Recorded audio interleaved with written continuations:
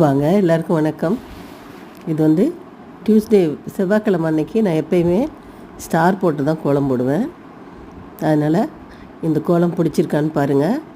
அதோட நாங்கள் வந்து ஃபஸ்ட்டு ஒரு காலனியில் குடியிருந்தோம். அப்போ எங்கள் பிள்ளைங்கள்லாம் வந்து பெரிய பிள்ளைங்களாகிட்டாங்க. 2 பிள்ளைங்க ஹாஸ்டல் போயிட்டாங்க.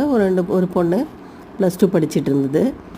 அப்போ எங்கள் பக்கத்து வீட்டிலேருந்து எதிர் வீட்டிலேருந்து ஒரு பொம்பளை பிள்ளை வந்து எங்கள் வீட்டில் தான் இருக்கும்.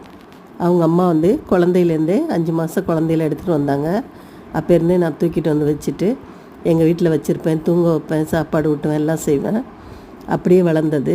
அது ஒரு 5 வயசு இருக்கப்போ யூகேஜி என்னமோ படிச்சதுன்னு நினைக்கிறேன். எல்கேஜியோ யூகேஜியோ படிச்சது. அப்போ வந்து நான் மத்தியானம் எங்கள் வீட்டில் படுத்திருந்தது ஒரு சாட்டர்டே அன்னைக்கு. அப்போ நான் வந்து ஒரு பாட்டு பாடினேன். அதாவது மாப்பிள்ளை வந்தா மாட்டு வண்டியிலே, பொண்ணு வந்தா பொட்டி வண்டியிலே, பிள்ளைய பெத்த அப்பா வந்தா மொட்டை வண்டியிலே, பொண்ணை பெத்த அப்பா வந்தா ஓட்ட வண்டியிலே அப்படின்னு பாடின உடனே அதுக்கு வந்து ரொம்ப என்ன பண்ணிச்சுன்னா, உடனே எந்திரிச்சு அத்தை வேணாம் பாடாதீங்க, எனக்கு எங்கள் அப்பாவை நினச்சா அழுகையாக வருது, வேண்டாம் பாடாதீங்க அப்படின்னு சொல்லிடுச்சு.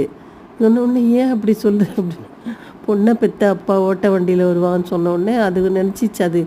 அதுக்கு உடனே அதை எப்படி நினச்சி பார்த்துருக்கு பாருங்கள்.